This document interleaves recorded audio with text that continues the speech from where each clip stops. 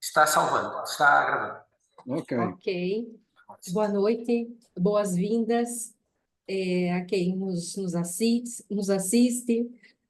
Obrigada ao professor Arthur pela disponibilidade de participar desta que já é a 11ª sessão do Grupo de Estudos de Inovações e Transições, que tem sido, vamos dizer assim, parcialmente organizado por mim, pelo Ivan. O Ivan tem colaborado também.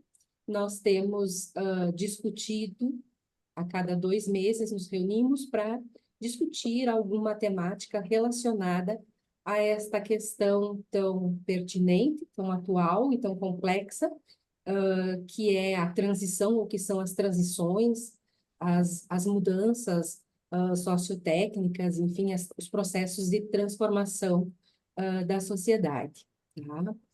O professor Arthur, então, gentilmente participará hoje, partilhando não só da sua experiência, da sua bagagem, mas também da sua generosidade em participar com regularidade do grupo e dividir sempre muito generosamente o seu conhecimento, tá? Para que fique registrado, o professor Arthur Cristóvão foi meu professor no doutoramento em Desenvolvimento, Sociedades e Territórios, da UTAD, hoje aposentado, porém não menos atuante, não menos participante, tá? Investigador do Centro de Estudos Transdisciplinares do Desenvolvimento, o CETRAD. O professor Arthur partilha comigo também a agronomia, né, licenciado em agronomia, é mestre e doutor em educação contínua e vocacional pela Universidade de Wisconsin, nos Estados Unidos. Colaborou com outras instituições de ensino e de investigação mundo afora, além de ter presidido e dirigido associações, fundações e outras entidades, e hoje integrar a Rede Alimentar Cidades Sustentáveis, que é o pano de fundo, vamos dizer assim, né? Um pouco do mote da nossa conversa de hoje.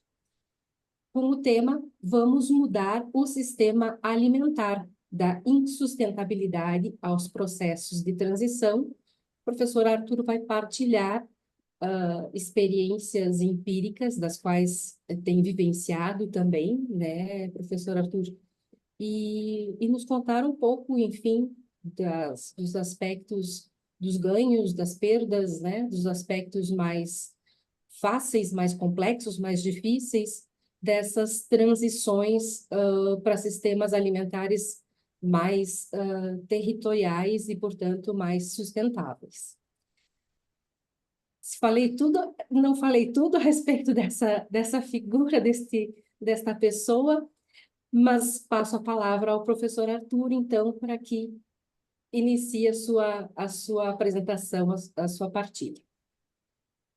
Obrigado, Fabíola, Paulita e colegas. Um prazer estar aqui convosco, aqui em Vila Real, em Portugal, neste final de tarde, para falar um pouco sobre esta questão dos sistemas alimentares.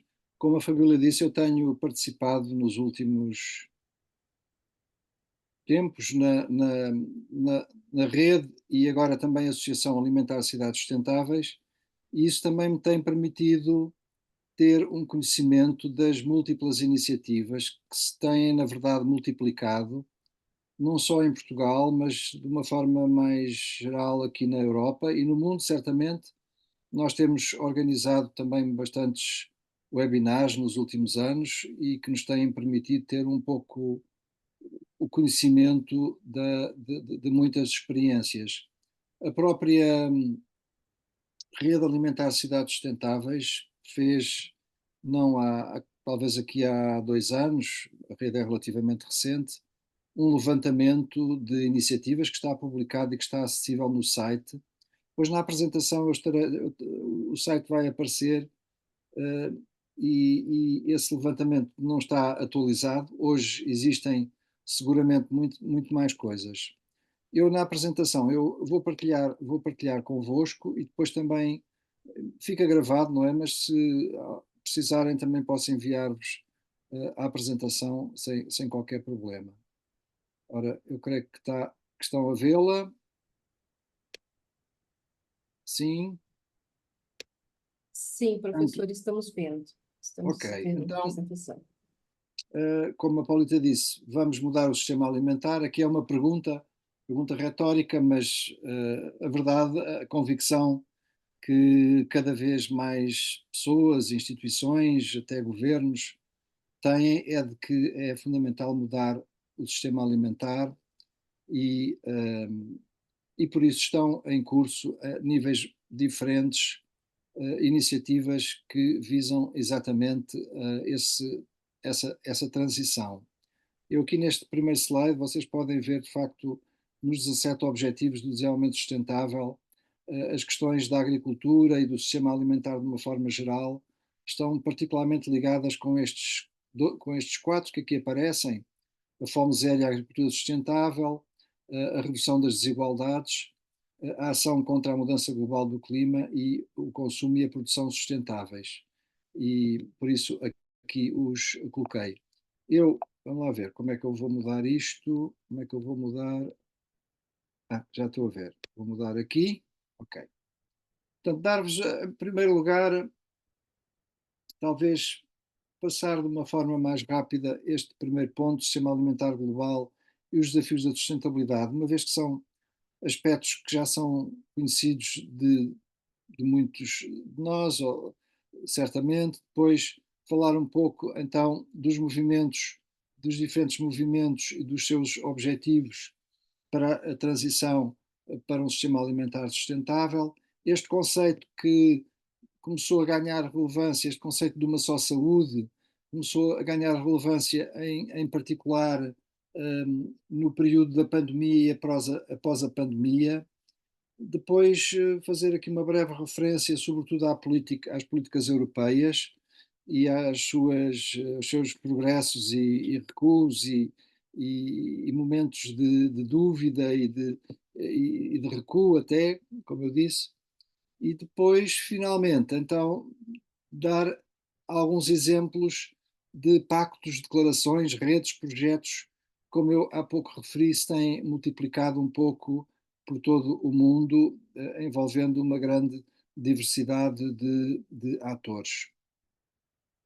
Eu aqui há eu gosto, este uma análise feita estão aqui citados dois autores, mas em particular o segundo, num artigo de 2011, que eu acho que permanece bastante atual e que mostra aqui um pouco a evolução que se tem verificado, toda a construção do sistema alimentar global que se acelerou muito a partir de meados do século passado e mais recentemente até com o próprio avanço de toda a dinâmica de globalização. Eu nasci ainda no início nos anos 50, como aconteceu também, penso, com a Laura.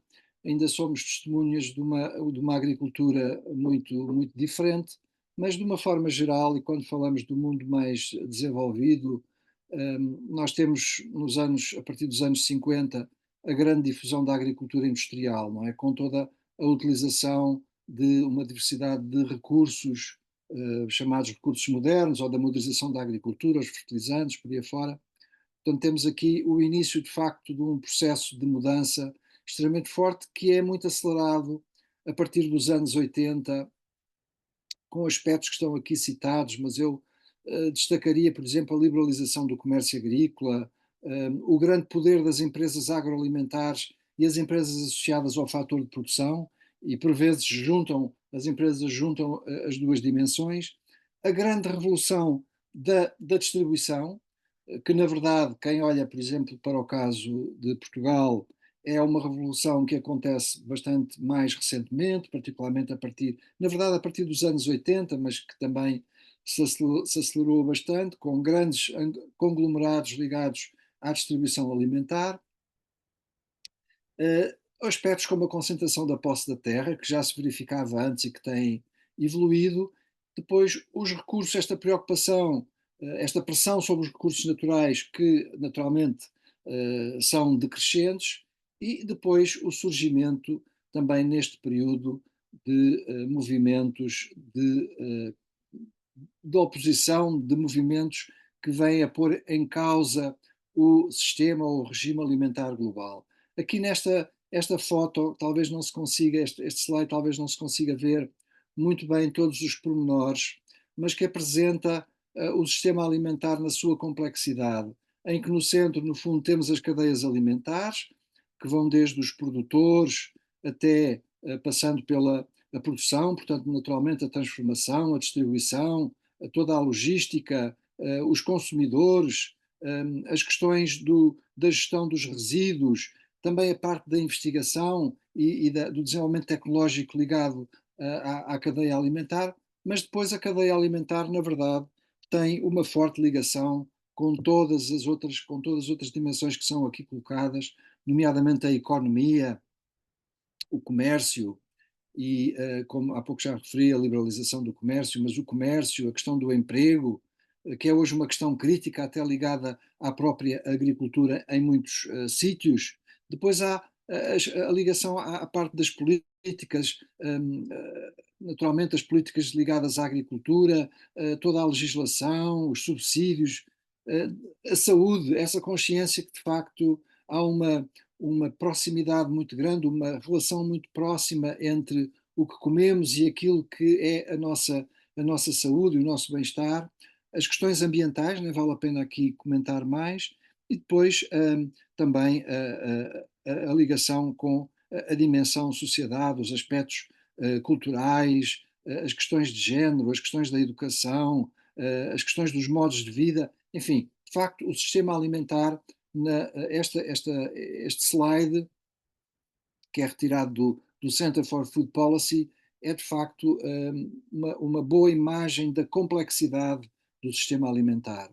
Este é algo que eu costumo, quando falo destas coisas, mostrar, que são, no fundo, as várias dimensões, ou algumas das dimensões da insustentabilidade do sistema alimentar, portanto, os desequilíbrios enormes que existem na distribuição dos alimentos, as questões do risco e do pânico alimentar, que hoje se colocam, que se têm vindo a colocar também nas últimas décadas, as questões do sol, da água, dos gases com efeito de estufa, que falarei um pouco mais à frente, a diminuição da biodiversidade, que é um fenómeno que se tem vindo a acentuar também nas últimas décadas, fruto até da chamada modernização da agricultura, que tem levado de facto a uma grande seletividade em termos de culturas, de espécies animais, com a busca das culturas mais produtivas, das espécies animais mais produtivas, e com um certo abandono de outras que são também, que estão muito ligadas a ecossistemas locais ou territoriais e que são extremamente importantes do ponto de vista não só do seu património genético, mas também da sua contribuição para a produção. Depois as questões também do azoto, do potássio, da energia, do consumo da energia, o consumo da carne, depois também falarei um pouco mais à frente, as perdas e desperdícios, que hoje de facto há uma consciência global e a nível da Europa de que são enormes, e as próprias assimetrias territoriais e sociais que o sistema tem vindo a criar, por exemplo, com o abandono de certas produções em certos territórios, no fundo, em função da aquisição de alguns produtos em territórios mais longínquos. Um exemplo muito próximo aqui nosso é, por exemplo, o abandono aqui na região de Trás-os-Montes da cultura da batata, como aqui o norte de Trás-os-Montes, Boticas, Montalegre, Chaves também, e outros, Campeã, aqui mais próxima, onde a cultura da batata tinha alguma importância, foi perdendo e nós hoje consumimos em boa parte batata que é importada de outros países, e isso tem naturalmente impactos territoriais e sociais. Ora bom, avançando um pouco, aqui temos um conjunto de trabalhos publicados aqui desde os anos, destes últimos anos, 2020, 21, já 24, ainda hoje estão aqui os links, depois poderão consultar, publicados pela FAO, pela OCDE, pelo G20, enfim, por plataformas também, como aqui a última, que é a Food 2030, uma plataforma 2030, que abarca um conjunto, é uma parceria que abarca um grande número de países. Infelizmente Portugal tem uma escassa ou nula participação nesta plataforma, mas no link poderão ver quem é que participa, iniciativas, etc. Eu ainda hoje estive a ver, a consultar este trabalho aqui que se chama o penúltimo, One Health, um planeta, uma saúde e uma ética, que foi publicado em 2024, salvo erro, pela Comissão de Ética para as Ciências da Saúde em Portugal e que, num dos seus capítulos, também aborda as questões da alimentação e do sistema alimentar. São alguns exemplos das múltiplas, mas muitíssimas publicações de todo o mundo, de governos, de think tanks, de investigadores, equipas de investigadores, etc., que têm produzido, que têm documentado os desafios ligados ao sistema alimentar e à sua insustentabilidade. Por exemplo, este relatório do IPES de 2023, se chama Do Prato ao Planeta, ele aqui apresenta a questão das emissões de gases com efeito de estufa e mostra que o sistema alimentar é responsável por 1/3 destas emissões. 13% ligados à produção agrícola e animal, 11% ligadas às mudanças no uso da terra e 10% ligadas ao transporte, ao processamento, embalamento, gestão dos desperdícios e por aí afora.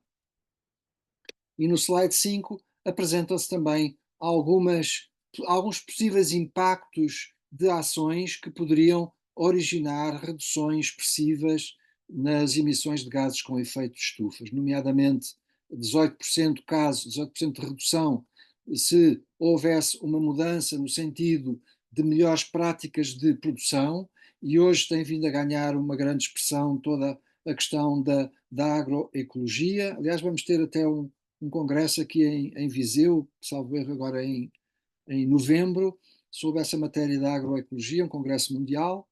Também 8% de decréscimo de reduções, se havendo uma transição para dietas mais sustentáveis e reduzindo para metade a produção e o consumo de carne.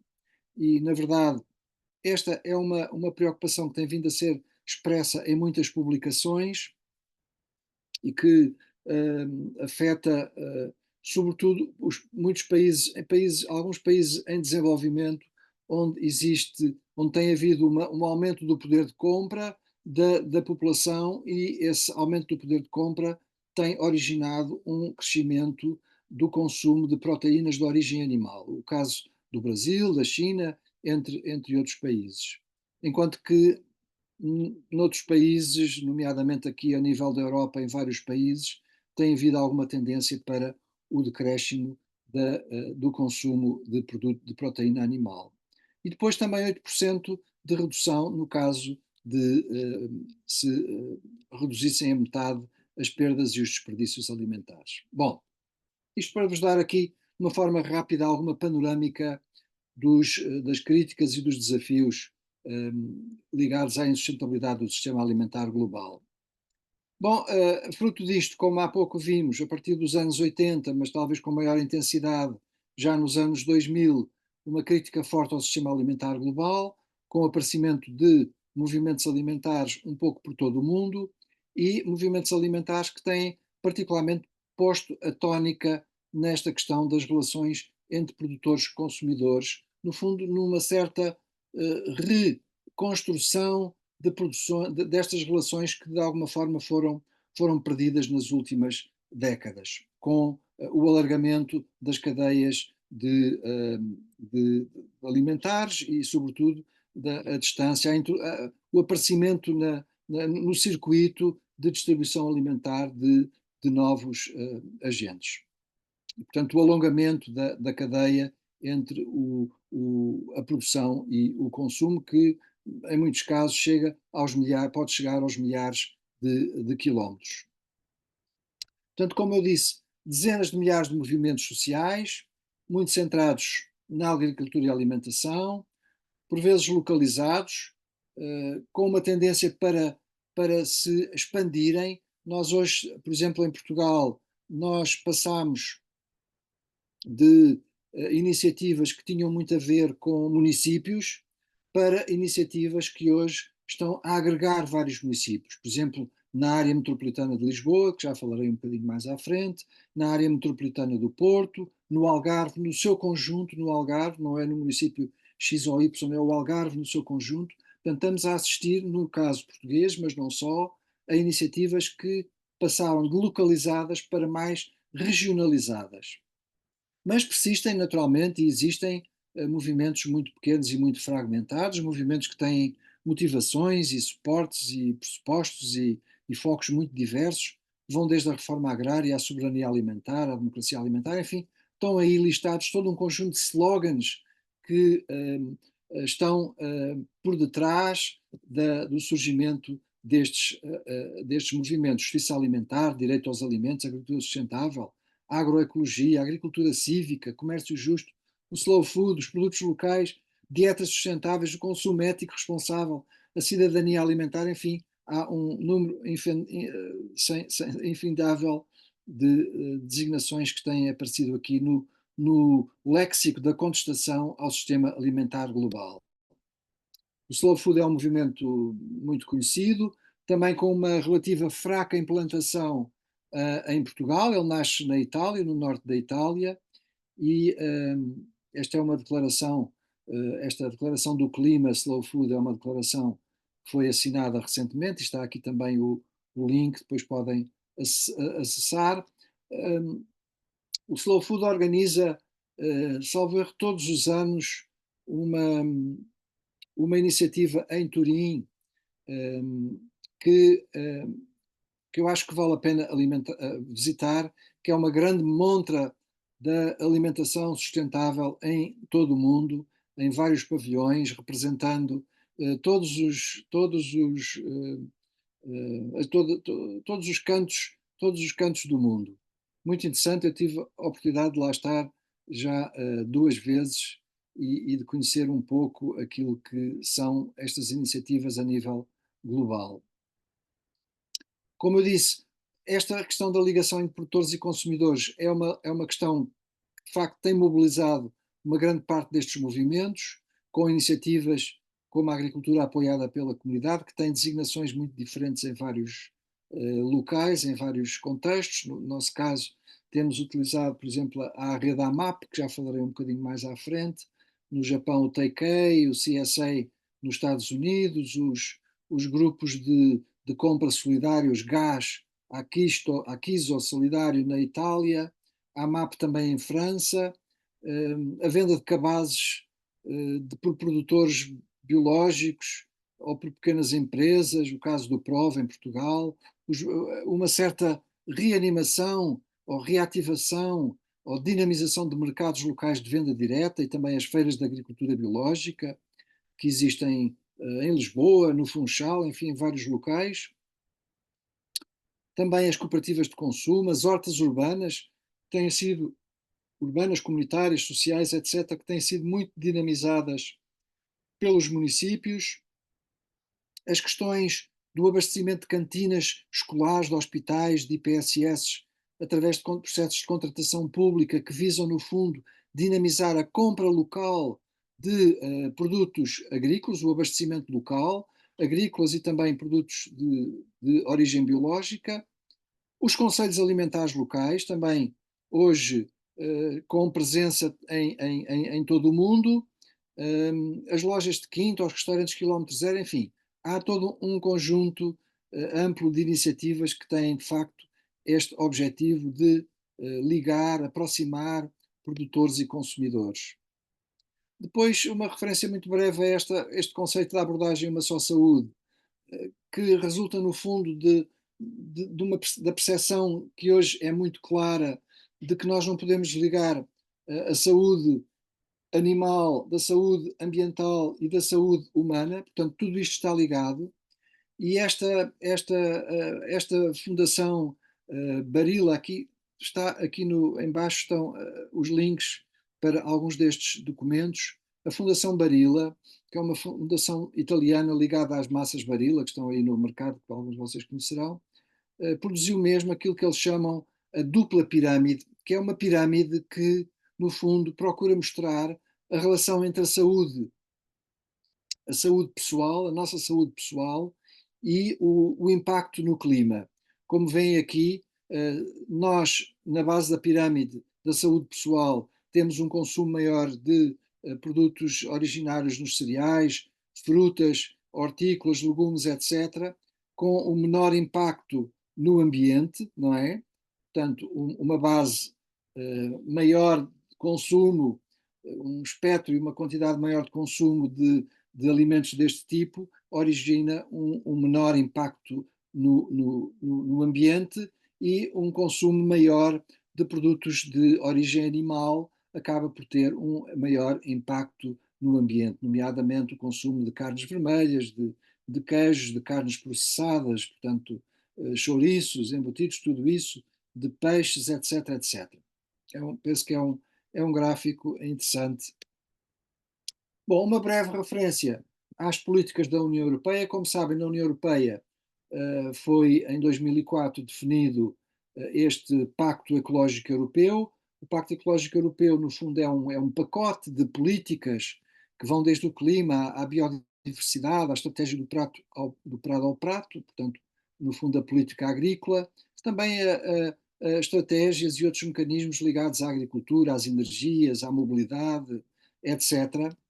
Depois, na verdade, a estratégia do prado ao prato, que em termos conceptuais e de objetivos, tem essa perspectiva de produzir alimentos mais saudáveis e mais sustentáveis, nomeadamente reduzindo para metade, vejam aqui esta meta de reduzir para metade a utilização de pesticidas e fertilizantes e também de agentes antimicrobianos, também de aumentar a percentagem de agricultura biológica, de aumentar também o consumo e os regimes alimentares mais saudáveis, a diminuir as perdas. Portanto, todas estas questões estão até definidas com objetivos, não é? Por exemplo, os objetivos é metade, as perdas de nutrientes também é metade, os antimicrobianos, a venda de antimicrobianos também é metade, o aumento da agricultura biológica orgânica em 25%, portanto, e este slogan aqui, os nossos alimentos, a nossa saúde, o nosso futuro,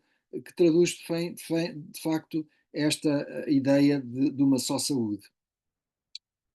Contudo, também nós sabemos que estas políticas na União Europeia têm avanços, têm recuos, tem havido alguns recuos da Comissão Europeia nestes objetivos, algumas dúvidas que se têm colocado no governo da Europa, naturalmente também com impacto nos diferentes países. Portanto, há aqui atrasos táticos, há aqui um certo taticismo que tem vindo a procurar adiar a implementação destes objetivos e, naturalmente, das medidas que lhes estão subjacentes. Bom, então aqui chegados, eu gostava agora de vos dar alguns exemplos de iniciativas, começando talvez um pouco das mais gerais para as mais específicas, já não me recordo muito bem a ordem em que isto se encontra. Mas temos o Pacto de Milão, o Pacto de Milão de 2015, com este objetivo de construir política alimentar urbana ao nível das cidades. Há 270 cidades aderentes ao Pacto de Milão, entre os quais Lisboa e Torres Vedras em Portugal. Torres Vedras é, aliás, um município que tem demonstrado um interesse particular nesta matéria da transição para o sistema alimentar local mais sustentável. Portanto, estas cidades envolvem cerca de 450 milhões de habitantes. Tem havido, no fundo, todo um conjunto de iniciativas de organização de fóruns globais, regionais, de identificação de boas práticas. Portanto, é um pacto que tem tido algum impacto, não é? Nesta matéria. Depois, mais recentemente, já no contexto da COP26, foi definida, que se realizou em Glasgow, foi definida a Declaração de Glasgow sobre Alimentação e Clima. Portanto, é uma declaração que também foi assinada por cidades, regiões e governos locais que estão empenhados nesta área e visa, no fundo, dar também um contributo para este debate e, fundamentalmente, não só para o debate, mas também para procurar inovar no sentido de um sistema alimentar mais sustentável.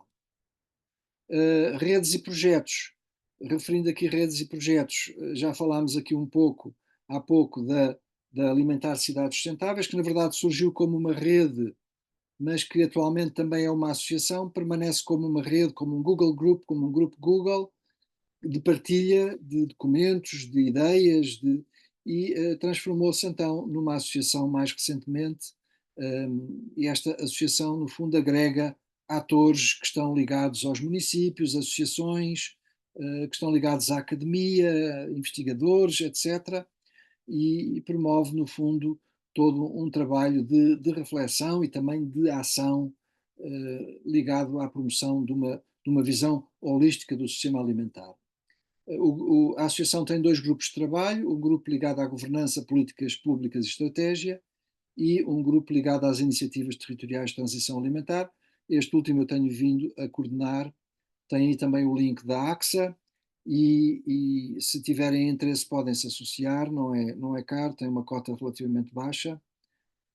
Como eu há pouco também disse, a AXA, ou a rede, fez um e-book que está na página, podem procurar na página, tem um e-book que reúne iniciativas que ilustram, de facto, a dinâmica que existe a nível de Portugal.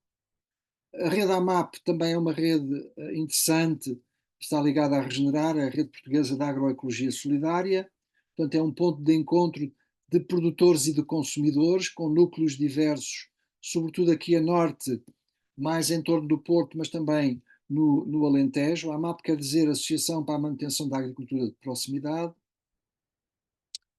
Portanto, é também uma experiência que, aliás, houve uma estudante aqui do nosso doutoramento em desenvolvimento, a Rosângela Soares, que fez uma tese de doutoramento onde também estudou as iniciativas da AMAP. O PROV é um projeto já com alguns anos, que eu tive a oportunidade de estudar na sua fase inicial, talvez aqui há 10 anos, em que fizemos vários estudos ligados à produção e também ao consumo e toda a dinâmica a nível local. Portanto, é um projeto que está baseado em núcleos locais de produtores que fornecem a consumidores cabazes de produtos frescos da época, de uma forma regular, semanalmente ou quinzenalmente. Alguns cabazes são de produtos de agricultura biológica, a maior parte são produtos de agricultura tradicional, mas de uma forma geral com um baixo uso de insumos de origem química. Depois há alguns projetos que visam, por exemplo, o projeto Prato Sustentável, ou o programa Prato Sustentável, que visa incentivar hábitos alimentares sustentáveis em escolas e universidades. Isto é muito importante porque, na verdade, tem a ver com a educação dos mais jovens e o estímulo para o aumento do consumo de legumes, de leguminosas.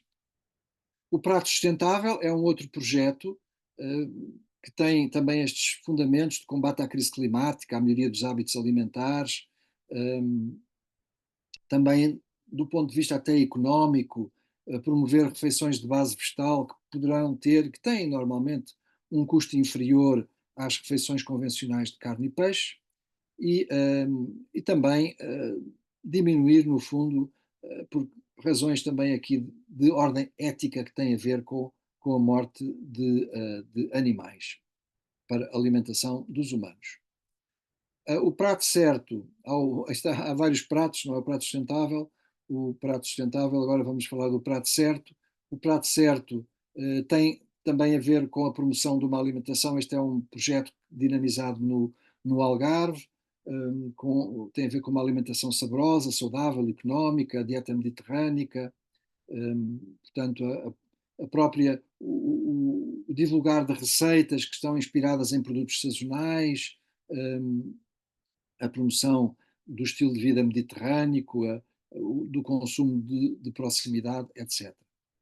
A Rede Regional de Mercados Locais do Algarve é uma iniciativa que está ligada ao Plano de Ação e Desenvolvimento dos Recursos Endógenos, o PADRE, curiosamente, e que envolve 18 mercados municipais do Algarve. Há uma iniciativa semelhante que está também em curso e que foi, aliás, recentemente aprovada, promovida, realizada através de um seminário em Setúbal, que são também os mercados dessa zona aqui mais a sul. Depois há aqui um projeto também interessante, um projeto que não é português, é um projeto europeu, que visa sensibilizar os chefes dos restaurantes, chama-se Climate Smart Chefs, chefes que estão sensíveis, que são inteligentes em matéria de clima, não é? E, portanto, promover, no fundo, uma culinária de baixas emissões, nutritiva, acessível do ponto de vista do custo e também promover o debate sobre estas questões, sobre a alimentação e o seu papel na mitigação das alterações climáticas.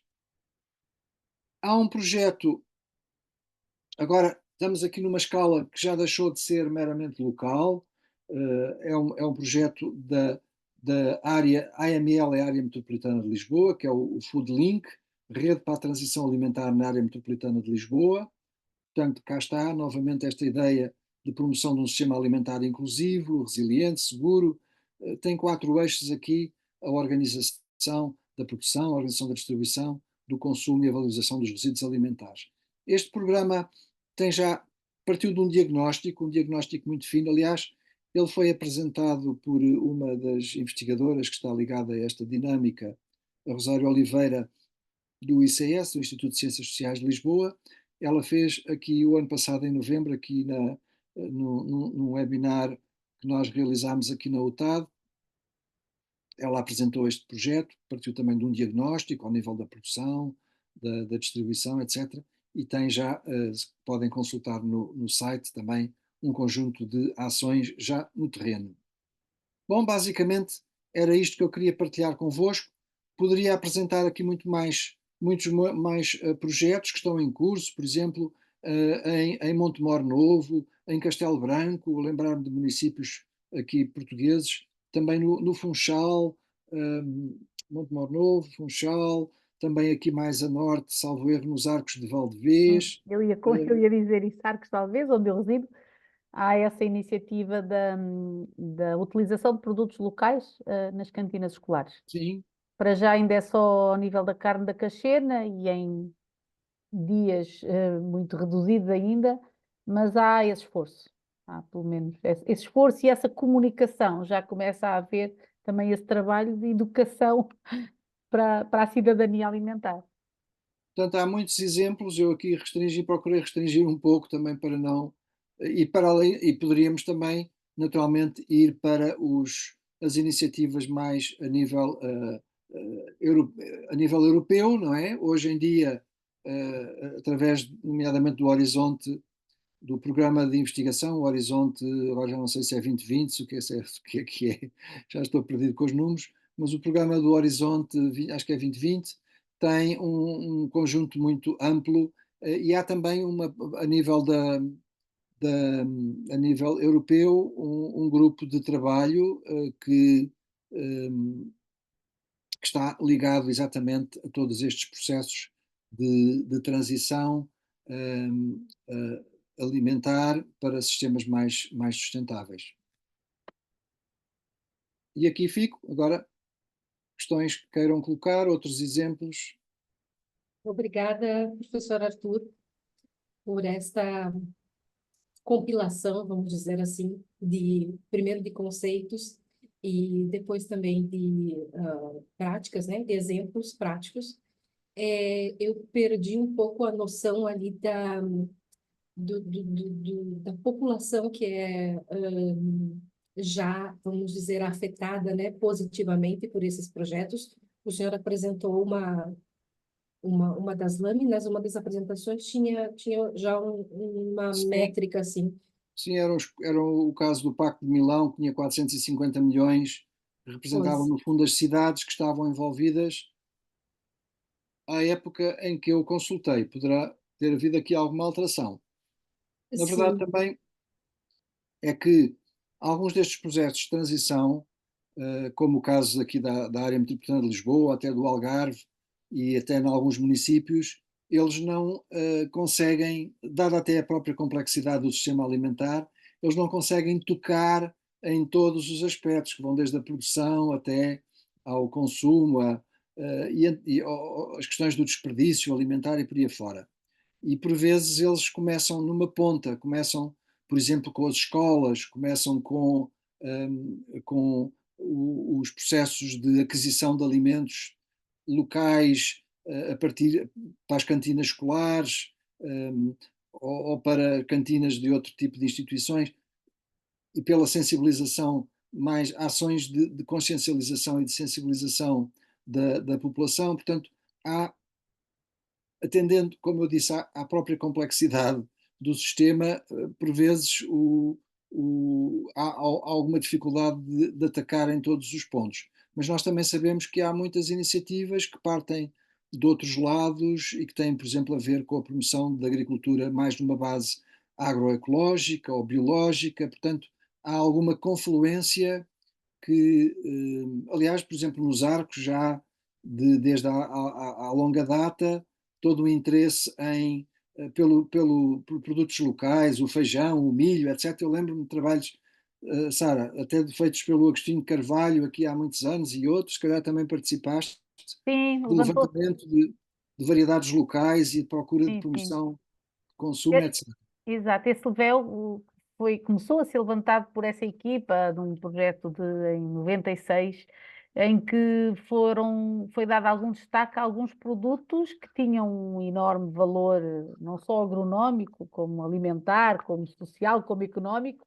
Económico ainda não muito, mas pelo menos numa economia mais reduzida, familiar. Mas foi dado algum destaque e prosseguiram-se depois alguns estudos de melhor caracterização desses produtos e, inclusivamente, há pouco o professor Artur Cristóvão falava do movimento Slow Food, como também um exemplo de uma iniciativa internacional, e Arcos de Valdevez foi dos primeiros municípios em Portugal a ter 5 produtos na Arca do Gosto. Exatamente. É a carne cachê, a laranja de ermelo, o feijão terrestre, a broa de milho. Falta um. Falta um. Pronto, mas sim, sinto, eu resido aqui, não sou de cá natural, fui adotada cá e, portanto, sinto-me ainda mais à vontade para elogiar aquilo que de bem aqui se vai fazendo. E estou também muito atenta a esta situação das necessárias transições. E já agora, se me permitem fazer também aqui só 2 comentários e ouvir a vossa opinião em relação a isso. Eu creio que temos aqui uma circunstância neste momento também favorável a que este tema seja mais reconhecido como urgente por todos nós, a propósito de mudanças legislativas que obrigam agora a uma melhor gestão dos resíduos orgânicos. Nós também falámos aqui de um dos problemas que é o desperdício alimentar.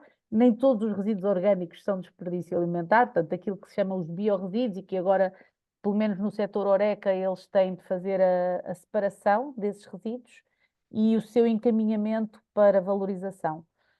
E isso eu também estou a dar formação no Turismo de Portugal aos agentes do setor e exatamente trabalho um tema que é a gestão dos biorresíduos, em que não é só a preocupação do início da pirâmide, não é a valorização, é a prevenção, não é?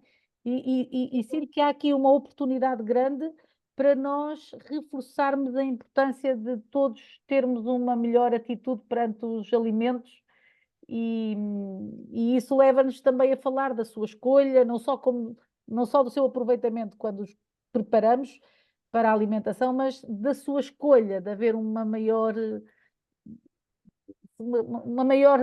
preocupação na seleção daquilo que consumimos. Eu, pelo menos, tenho vindo a fazer muito isso nos fóruns onde tenho espaço, onde tenho voz, sensibilizo muito os chefes de cozinha, colaboradores de mesa, técnicos de restauração, de hotelaria, para essa preocupação. E, portanto, não sei o que é que vocês acham, também pode ser uma frente de ataque esta. Claro, aliás, eu dei aí esse exemplo dos Climate Smart Chefs, os chefes Uhum. sensíveis às questões do clima, que podes depois consultar até o link. Sim, eu Talvez, vou pedir ao professor os seus slides, porque eu já tirei imensas notas. depois talvez seja interessante. Eu esqueci-me, por exemplo, de referir também iniciativas em Mértola e no Baixo Alentejo. Uhum. Sim, sim. Um, tem há um projeto que é a Terra Sintrópica, tem a ver com a agricultura sintrópica, por aí afora. Também muito interessante nessa zona de Mértola. Há uma associação que se chama mesmo Terra Sintrópica. Uhum. Portanto, há iniciativas, na verdade, um pouco de norte a sul aqui em Portugal, com uma forte mobilização. Infelizmente, aqui em Vila Real, onde eu estou, onde está o TAD, não há assim muita coisa, tirando alguma dinamização do mercado local, do mercado, mas não, é um deserto nesse Vamos aspecto. ver. Eu perguntava, não sei se me conseguem ajudar.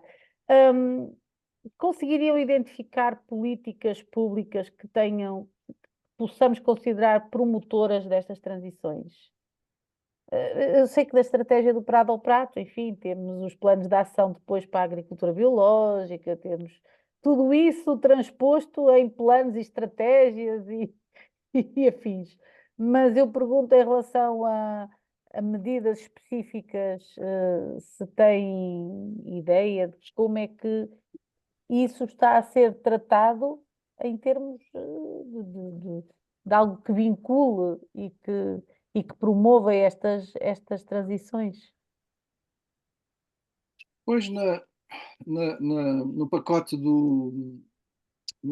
europeu, no Pacto Ecológico, eu não conheço todas aquelas políticas. Há a política europeia do solo, há a política da biodiversidade, a estratégia da biodiversidade, a estratégia europeia do solo, há muitas coisas, não é?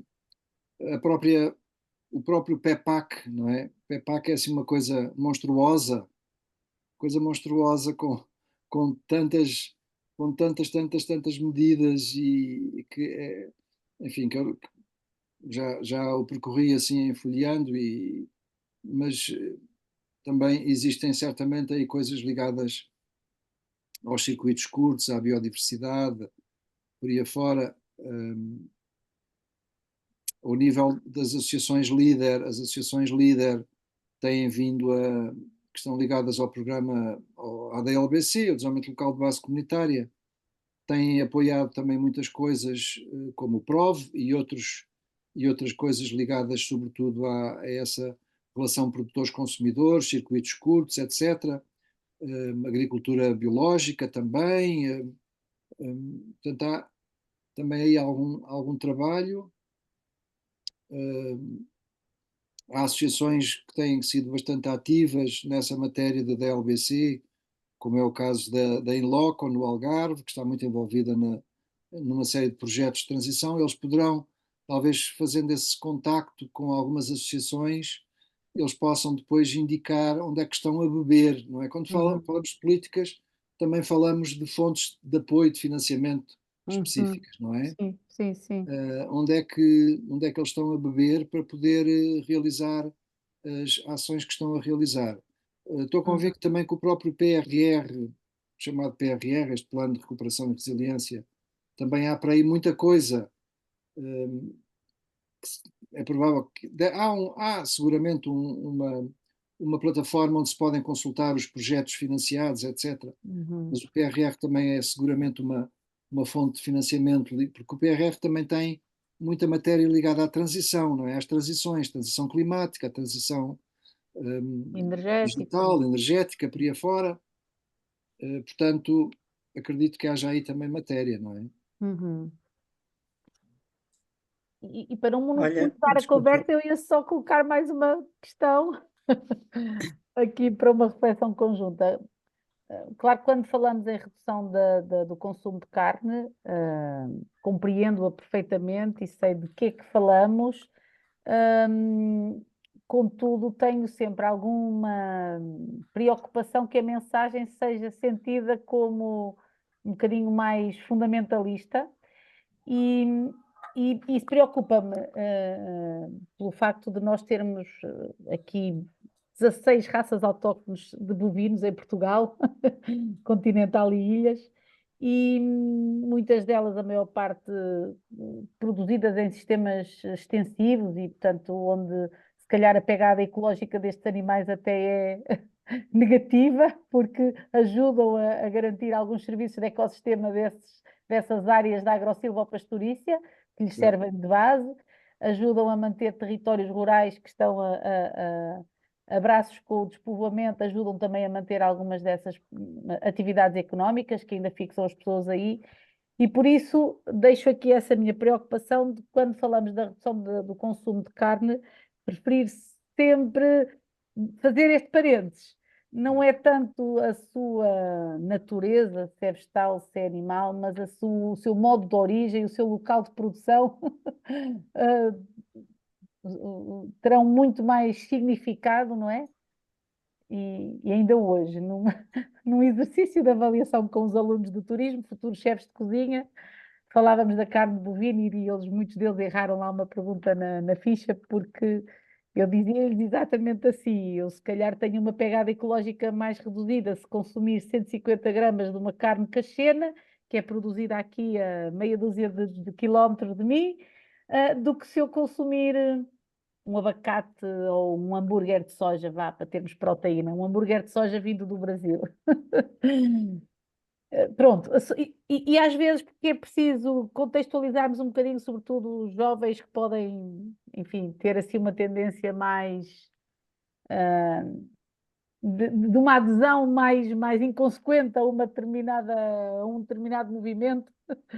E não sei como é que vocês acham que esta questão deve ser tratada e se partilham desta preocupação ou não.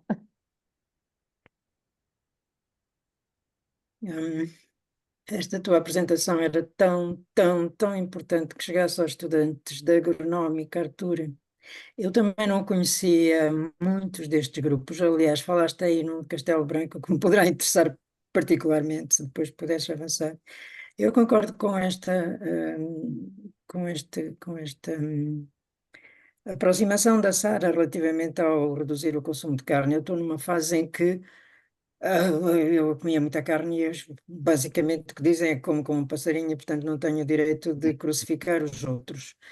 Mas é o desperdício, as pessoas não têm a noção, as pessoas não têm a noção, mas eu não percebo o que é que está errado. Por exemplo, em relação aos plásticos, outro dia fui comprar um chapéu e as pessoas das feiras fazem uma impressão, porque as pessoas, eu acho que elas não ganham nada. As pessoas que andam a vender pão aqui na aldeia, numa aldeia onde há 30 pessoas, há 4 carros a vender pão. O pão tem que piorar a qualidade o mais possível para eles conseguirem ganhar alguma coisa. Isto é economia, Artur, lamento, eu não sei economia. Eu não sei economia. Na economia é bom que nós estejamos doentes para poder dar lucro às farmacêuticas, porque senão também perdem dinheiro. Quer dizer, há qualquer coisa que não está correto aqui.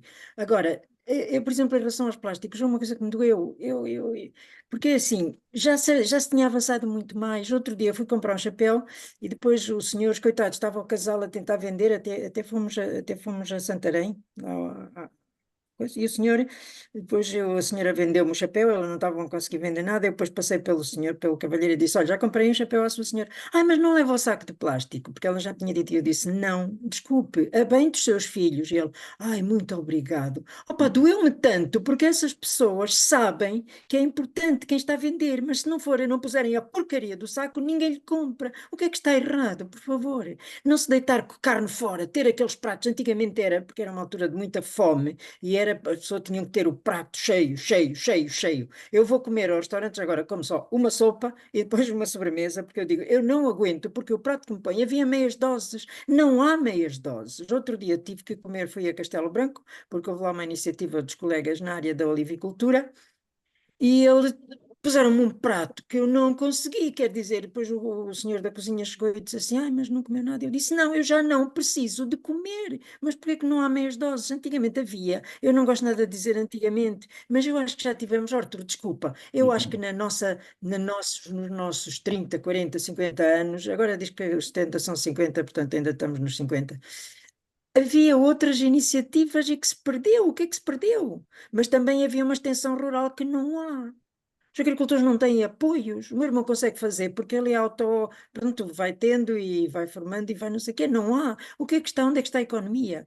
É o que se deita fora, não é o que coisa, as pessoas se percebessem que não deitando fora os filhos deles, se percebessem que não pondo o saco de plástico, quem vai exigir os sacos de plástico, porque se o vendedor não lhe der o saco de plástico, a pessoa acha que foi desperdício. Quer dizer, há complexos, há traumas que eu não consigo perceber. Há mentes que precisavam de ser, desculpa lá, mas eu não estou bem, não estou bem, não estou bem, não estou bem. Eu estou numa fase em que já posso ir ali buscar ali a minha couve da canada e a minha alfacinha e comer um terço de alface e trazer só as folhinhas, mas acho que sou uma privilegiada, mas acho é que é o desperdício e é o trauma, porque se não tiver o saco, o senhor, a preocupação do senhor, porque ela, a senhora estava no saco e eu disse, desculpe, não preciso do saco. Eu vou à farmácia e levo os sacos, agora trago aqueles saquinhos de rede. É uma coisa que não é importante, não tem a ver com a alimentação, mas tem a ver com a nossa mentalidade. Qualquer é preciso mudar. Agora, como? Digam-me, por favor. Como? Quem é que muda? Quem é que tem interesse em mudar? Não sei, eu não conhecia a maior parte destas iniciativas, Arthur não conhecia, e os nossos alunos de agronómica também não conhecem. Esta apresentação era fundamental, porque há alguns. Fátima outro dia foi maltratada por causa de estar a dar uma aula. A Fátima, o Arthur conhece, com certeza, é uma colega que ficou no departamento de agronomia. Eu com as minhas maluqueiras, quando comecei a trabalhar, também era a Maria dos Bichos, iria com algum desprezo e não sei o quê, mas nunca, enfim. E com muito orgulho ficaram lá muitos colegas no departamento de agronomia que defendem a minha filosofia. Foi maltratada por um estudante porque estava a falar sobre os cultivares tradicionais de macieira, porque ele diz que precisamos de produzir e estava a falar em consumir plantas nativas, espontâneas, que eles depois, ela e a Guilhermina acabaram por organizar uma reunião para isso. Agora, eu não sei, desculpai, por favor, eu não sei o que é que está mal. Mas era chamar a atenção às pessoas que estão a comprar, que eles também têm filhos e que o Uhum. planeta é deles. O que é que está Professora errado? Laura, Desculpai, estou a ser filósofa, estou a ser parva. Não, de forma alguma, o a Ivan tem aqui ideia a mão levantada. A ideia dos nossos encontros, professora Laura, é justamente fomentar esses debates, alimentar Pois, mas precisavam de as estar aqui os nossas meninos da mentes. agronómica. Precisavam de E, Olha, estar aqui os meninos da agronómica, precisavam de ouvir aquilo que tu tiveste a Laura, dizer. eu já fiz professor, apresentações semelhantes, não iguais, para o mestrado de agronomia. A convite da Ana Paula Silva, ela convidou-me em Ah, tempo. sim, sim, sim, ótimo, ótimo, ótimo. Olha, fica feliz. Há lá estudantes que me acompanham no Face, as pessoas, o stress está-me sempre a bater por causa do Face, que é uma coisa nojenta, horrorosa, mas eu às vezes aproveito para publicar algumas coisas em que acredito, designadamente a minha relação com as plantas espontâneas e com isto e com aquilo, e consegui alguns amigos, alunos que eu não, estudantes que eu não conheço, mas que partilham as minhas maluqueiras. é Sim, importante, se calhar estou professora, a ser pessimista, vai haver grupos, aqui também há grupos já, mas é preciso mudar, porque a carne é o que se deita fora, é o ter o prato cheio para depois poder deitar fora, para não coisa, quer dizer, já passou o tempo da fome, por favor, está a voltar outra vez, infelizmente, mas pronto, Pois, mas por nossa o culpa. professora Ivan tem Laura, ali a mão levantada. eu já vou passar a palavra para o Ivan. Professora Laura, obrigada pelos seus contributos. Sara também. Eu só gostaria de acrescentar que nós temos justamente gravado as apresentações para depois disponibilizar essas nossas conversas, essas nossas reflexões, as nossas pesquisas, as nossas angústias, enfim, numa página no YouTube, né, para fazermos uso, então, dessa tecnologia um pouco a nosso favor e lá podemos ir paulatinamente ganhando alguma escala. Eu vou passar a palavra para o Ivan, que já está ali ah, manifestando, né, o desejo de fala já faz algum tempo. Então, por favor, Ivan, com a palavra. Não, não, tudo bem, tudo bem. É que o debate é importante. Bom, primeiro agradecer a apresentação do professor Arthur. Foi amplo, ele pegou vários aspectos. Eu anotei várias coisas também, né? Aqui o caderninho é pequeno, mas tem várias anotações também, porque ele trouxe várias informações que eu acho que são muito importante. Então, assim, a apresentação ótima, e que bom que está gravado, que bom, daqui a pouco vai estar no YouTube e as pessoas podem até divulgar a própria apresentação, que eu acho que é importante também. Eu vou só fazer pequenos comentários, porque realmente foi muito rica a sua apresentação. Eu só queria comentar a Sara, né? A Sara Simões, tinha comentado a questão da carne e tudo mais. Realmente é uma das temáticas, né? O consumo, e o próprio professor Arthur apresentou ali nos seus slides a questão da carne. Mas, assim, eu li recentemente um estudo do CIRAD, da França, né? Que é uma instituição, né, que trabalha bastante na questão agropecuária, e eu me lembro que recentemente eles estavam mostrando um estudo que até era na África, era no Saara, na região do Saara, né, que mostrava que a gente precisa mais conhecimento da questão da produção de carne, porque tem muitas, e aí eu acho que é o caso de Portugal também, por isso nós temos que tomar cuidado, é uma crítica, fazer uma crítica generalizada da carne, porque e aí eles fizeram alguns estudos na África que mostram assim, bom, a produção de carne tem um impacto importante na geração de gases de efeito estufa, né? Só que tem que se ver a propriedade na perspectiva dos ecossistêmica, no sentido que, bom, a carne até pode ser, mas toda a produção,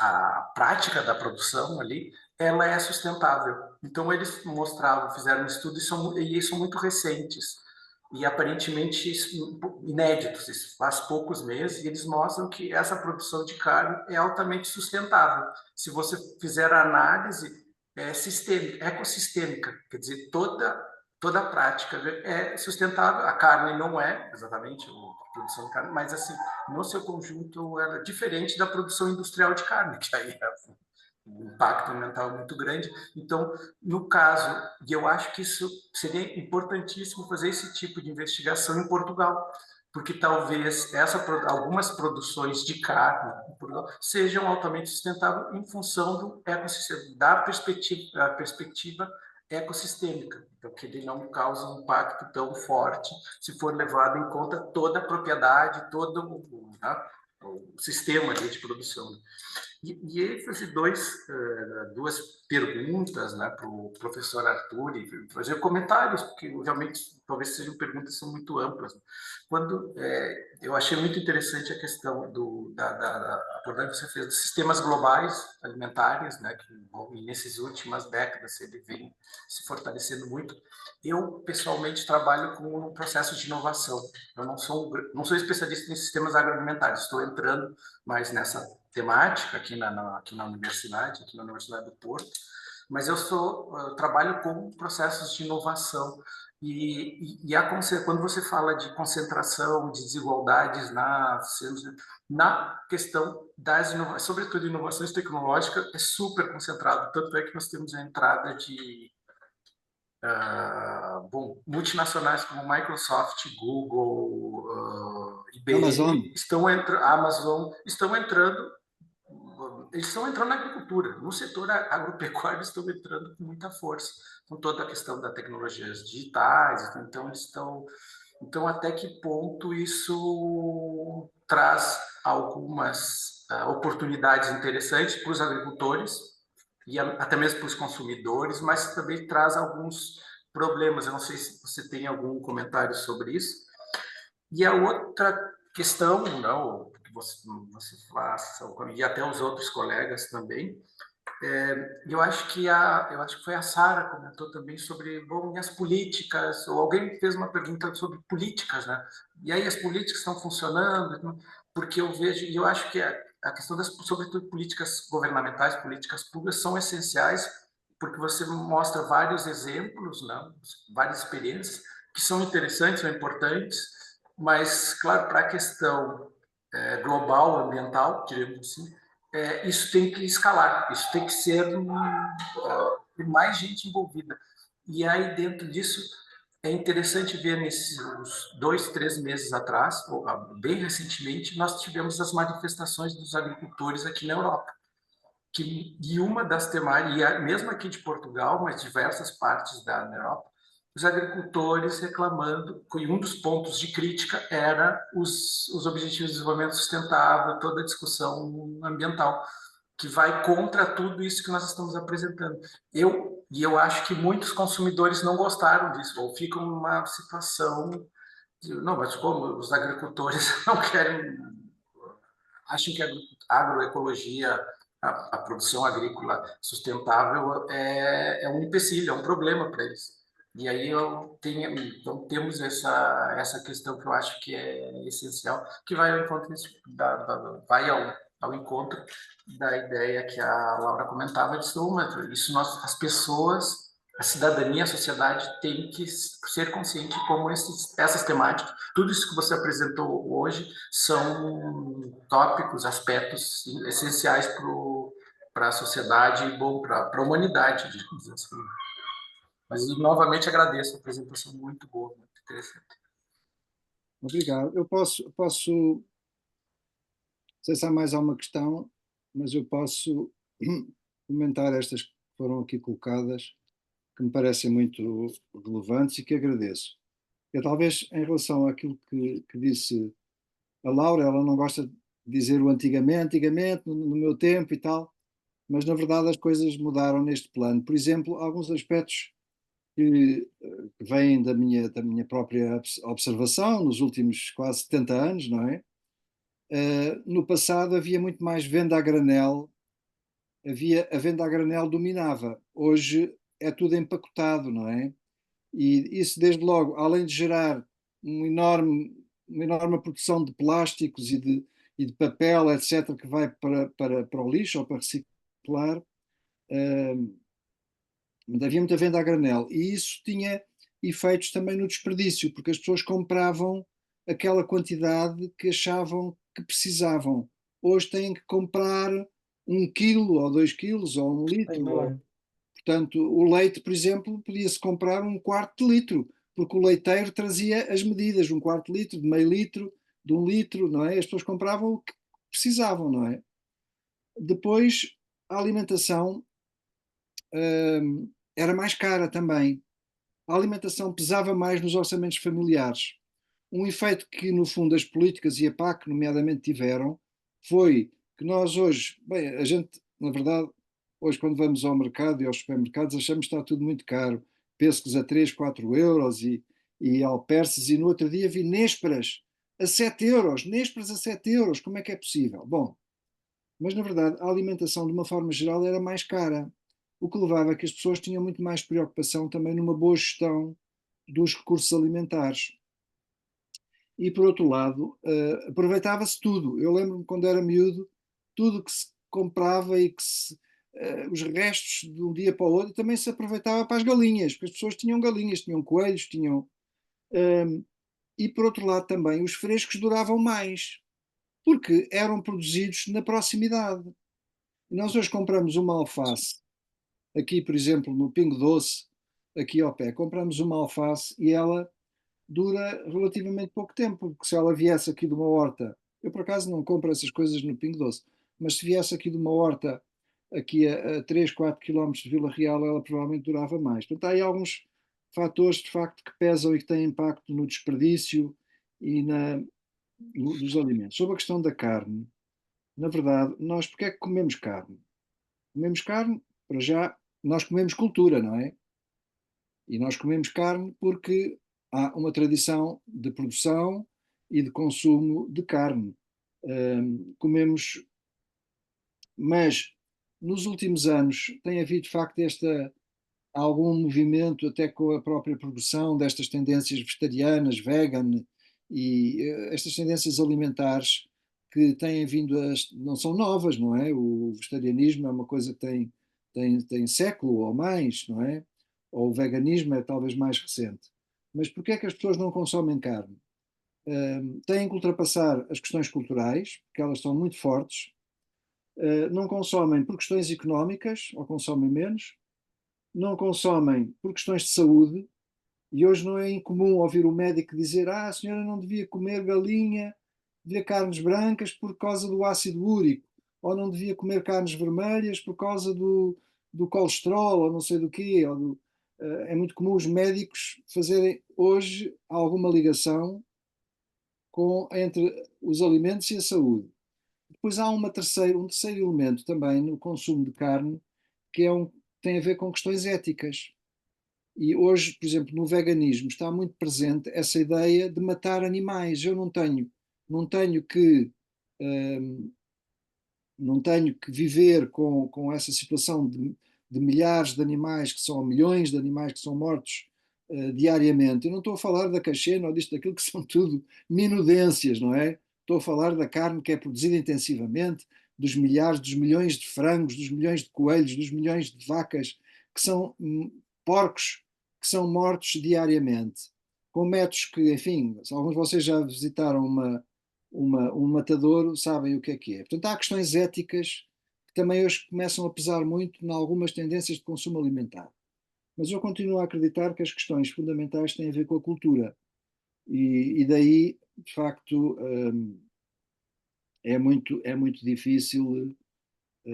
Podemos falar da diminuição do consumo. Eu acho que devemos falar da diminuição do consumo. Mas numa lógica, por exemplo, porque é que eu hei de comer uma posta de miranda com meio quilo? Isso ultrapassa largamente as necessidades de proteína que eu tenho. As minhas necessidades de proteína, eu tenho 80 quilos, eu preciso aproximadamente 80 gramas de proteína por dia. Eu posso consumir um bife de 100 ou 200 gramas. Não preciso de consumir posta de miranda ou uma posta de cachena com 400 ou 500 gramas. Portanto, há as questões do desperdício, do consumo exagerado, não é? E depois há as questões que vocês falaram do modo de produção, que eu acho que também são relevantes na escolha alimentar, não é? Hoje há muitos consumidores mais conscientes que procuram também aliar o consumo de carne com um consumo de animais que são produzidos. Aliás, esta história do bem-estar animal, que também está muito na política europeia, etc., que também ganhou alguma relevância. Pois essa questão das manifestações dos agricultores, eu acho que, de facto, as manifestações dos agricultores, pelo menos aquilo que eu vi em Portugal, não é? Foram sobretudo manifestações de pequenos agricultores, pequenos e médios agricultores. Os pequenos e médios agricultores é o segmento de agricultores que não tem beneficiado, ou que tem beneficiado muito pouco ou nada da PAC, da política agrícola. E além disso, são os segmento de produtores que se têm confrontado com aumentos de custos de produção, dos custos de produção em função do aumento dos fatores de produção, dos adubos, de todas essas coisas que utilizam. E, portanto, eu duvido, isso tem sido escrito, aliás, por várias organizações e movimentos, que os agricultores, nomeadamente os pequenos agricultores, não são contra as medidas ambientais, não são contra essas medidas, são contra a forma como a política tem funcionado, a favorecer sobretudo os grandes interesses, o agronegócio, políticas que, em muitos casos, até se têm pago para não produzir. Há pessoas que ganham para não produzir, não é? Nós sabemos que, a nível global, na União Europeia, 80% dos apoios da PAC vão para 20% dos produtores. 80% vai para 20%. Os que se manifestaram aí pela Europa não foram os agricultores que têm rendas provenientes da PAC e que têm benefícios enormes, não foram os agricultores do Alentejo que têm 400, 500, a generalidade, que têm milhares, centenas ou milhares de hectares e que têm rendas enormes da PAC. Esses não se foram manifestar. Aliás, a própria CAP, que é uma organização, nós temos várias organizações ligadas à CAP, que agrega fundamentalmente a agricultura de maior dimensão, esteve muito caladinha durante as manifestações e todo esse processo de manifestações. Ou se não esteve totalmente caladinha, esteve de alguma forma, como dizer, esteve cautelosa naquilo que disse. Porque quem se manifestou, eu vi aqui em Vila Real, quem é que se manifestou? Eram agricultores aqui do Alvão, aqui da Campeã, etc. São pessoas que têm 5 hectares, 2 hectares, 3 hectares e que têm sido altamente penalizadas com o aumento dos custos de produção e com a dificuldade de vender até os seus produtos face à própria lógica da grande distribuição, não é? E quanto àquilo que o Ivan referiu das vantagens das empresas, eu não sei, na verdade, há aqui algumas tendências aqui que me deixam um pouco perplexo. Por exemplo, a entrada da Amazon na distribuição alimentar, beneficiando claramente do domínio que tem da tecnologia e da venda de tudo e mais alguma coisa, não é? Os supermercados Amazon, que já existem, não é? Eu deixa-me um pouco, porque não sei, eu não conheço, é um fenómeno que já vi coisas, reportagens, etc., mas que me deixam um pouco duvidoso do benefício que isso possa ter para, para a maioria dos agricultores, nomeadamente para a agricultura familiar, etc., etc. Não sei, são de facto inovações, trazem tecnologia, trazem know-how para o setor, mas hoje há muitas iniciativas também, fábricas, já vi coisas que são autênticas fábricas de produção de agricultura vertical,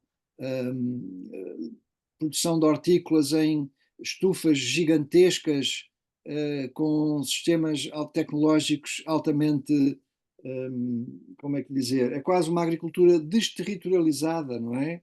Que não tem uma ligação com o território, não tem por detrás, são, são é uma agricultura que se pode muito bem ligar, facilmente ligar com a Amazon, se calhar, e portanto altamente tecnológica do ponto de vista produtivo, com o altamente tecnológico do ponto de vista da logística, da distribuição, da venda, etc. Enfim, as coisas estão a mudar em vários sentidos e elas não confluem todas no mesmo sentido. O grande da perplexidade que nós temos é que, de facto, existem mudanças, transições a nível tecnológico até e a nível, mas elas não vão todas exatamente no sentido da, de uma plena sustentabilidade.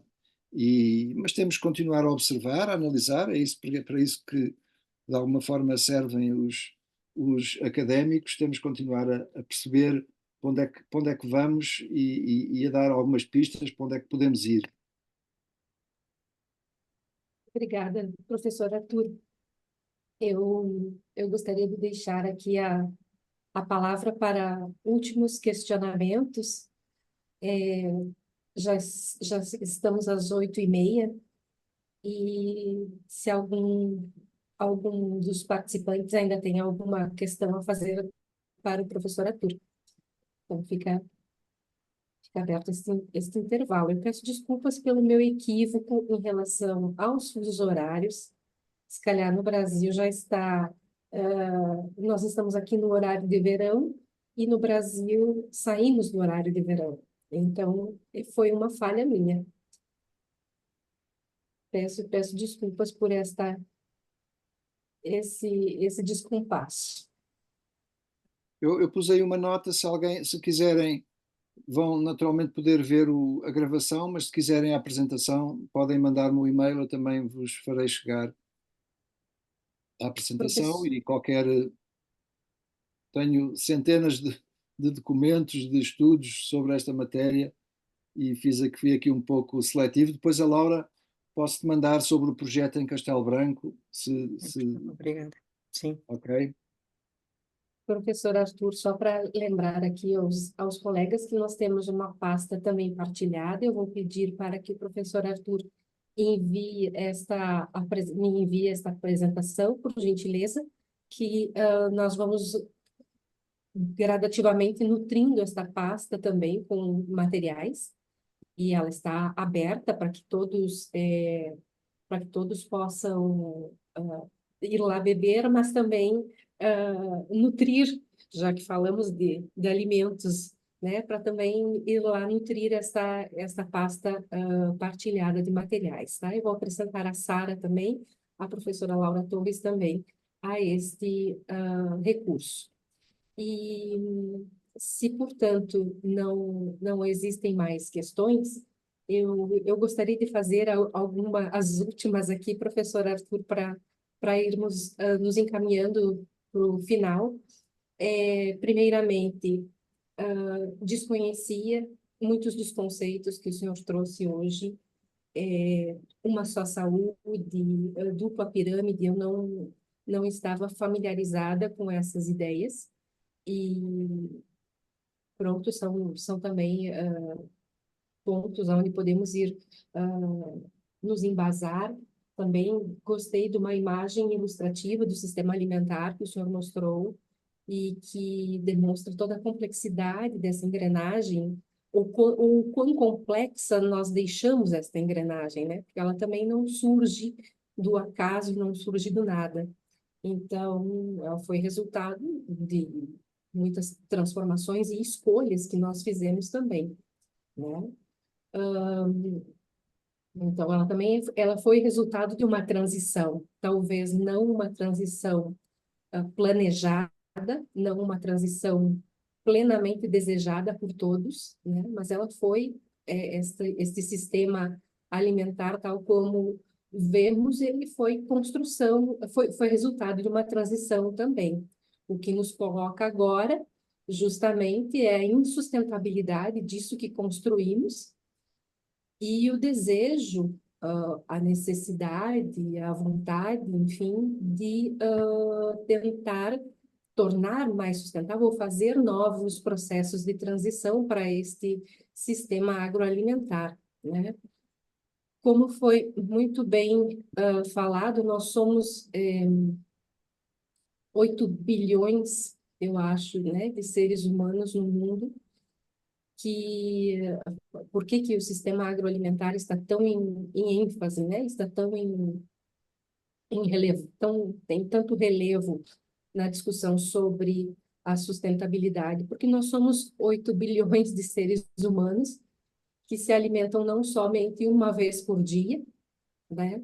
Nós nos alimentamos várias vezes ao dia. Não somos os únicos com necessidades alimentares, existem animais também por trás dessa imensa cadeia, com demandas nutricionais, né, das mais diversas, desde consumir água limpa até consumir proteínas, consumir fibras, consumir energia. E o fazemos não só por uma necessidade fisiológica de adquirir estes nutrientes, mas também por questões sociais, né? Nós confraternizamos com o alimento, nós celebramos uniões, encontros, desencontros, partidas. O alimento está presente em vários momentos do nosso dia, né? E reflete também as nossas escolhas. Uma das questões que foi colocada aqui que me motiva, que me suscita reflexões, foi a que a Sara fez. Qual é o papel da gastronomia? A gastronomia está nesse momento tão em relevância, né? Tão em ênfase. E apesar dela trazer todo um aspecto de gourmetização do alimento, vamos dizer assim, ou do ato sem dúvida. da refeição, me perco às vezes pensando qual é o reflexo, né? Quais são as transições que a gastronomia pode ocasionar para todo o sistema agroalimentar. Qual é o papel destes movimentos gastronômicos, né? Então, essa é uma questão que me faz refletir, que me traz inquietações, enfim, né? Que eu acho que a gastronomia poderia ser usada muito mais a favor das transições. E outra questão que passou muito aqui por cima na nossa conversa, professor Arthur, é da agroecologia, né? Qual é o papel? Será que a agroecologia tem força, então tem estrutura, tem condições, enfim, de ser uma provedora dessas transições de sistemas alimentares, né? São duas questões assim que me faz também. Se o senhor puder discorrer um pouco sobre isso. Sim. Não, começando pela última questão, sem dúvida que a agroecologia faz parte desta equação, não é? Aliás, nós vamos ter a AXA, Alimentar Cidades Sustentáveis, vamos ter um segundo, fizemos um seminário em novembro passado, vamos ter um segundo seminário que tem exatamente essa tónica de iniciativas de transição para a sustentabilidade, que vai ser na Universidade de Évora e online também.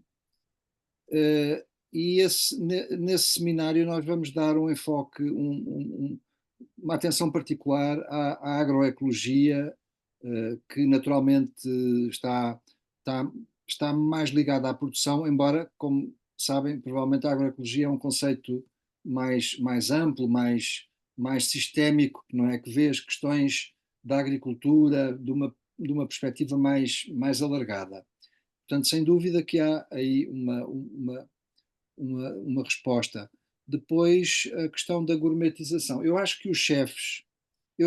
Aqui há pouco a Laura perguntou-me se isto era, ou disse que era importante falar sobre estas questões com os agrónomos. Eu, de facto, já estive por 2 vezes, que eu me recordo, com jovens agrónomos, jovens e menos jovens, a falar sobre isto. E também estive com nutricionistas, com jovens das ciências da nutrição, porque é importante que eles também tenham esta percepção e possam também dar o seu contributo enquanto profissionais. Com os chefes, eu acho que é muito importante e, na verdade, hoje, essa ideia de, por exemplo, comer biodiversidade, a Sara está aí e ela tem algum contacto com chefes e com escolas de turismo, etc. Mas essa ideia de comer a biodiversidade, comer aquilo, comer o local, é muito comum a gente ouvir os chefes da moda a dizerem que não, eu vou à praça ou vou ao mercado local e vejo o que é que há e cozinho em função daquilo que é disponível. Ou então eu tenho uma horta no restaurante ou nos hotéis. Hoje também começa a ser comum haver uma horta. Aliás, a nossa ex-aluna aqui da universidade, que a Laura conhece, a Graça Saraiva, das ervas finas, ela também dá muito apoio, trabalha muito com chefes de restaurantes e de hotéis e até no estabelecimento das suas hortas. Eles poderem, no fundo, consumir alguns produtos, saladas, ervas aromáticas, etc. Na verdade, eu acho que é muito importante esse trabalho. E aqui as escolas de hotelaria podem ter um peso grande, mas muitos chefes de referência no Brasil, em Portugal, a nível global, acho eu. Aliás, eu pude acompanhar um projeto com uma colega brasileira, que está hoje até no Ministério, a colaborar com o Ministério do Turismo em Brasília. Ela era da Universidade, do Instituto Federal de Brasília, um projeto que ela tinha com esta ideia mesmo de comer a biodiversidade, não é? Trabalhar com chefes. É um conceito que está hoje muito presente nos chefes de referência, não estou a falar e também as questões do desperdício, não é? Os restaurantes de desperdício zero, a preocupação e isso também vem muito até na televisão, porque a cozinha, essa gastronomia através do programa O Masterchef, não é? O Masterchef Brasil, o Masterchef Portugal, o Masterchef Austrália, que a gente vê na televisão, eles começam também a passar essa mensagem de uma utilização, da utilização plena dos alimentos, de diminuir o desperdício. São questões que estão, na verdade, e vocês vejam, façam a pesquisa naquele link do Climate Smart Chefs, que gira muito à volta disto.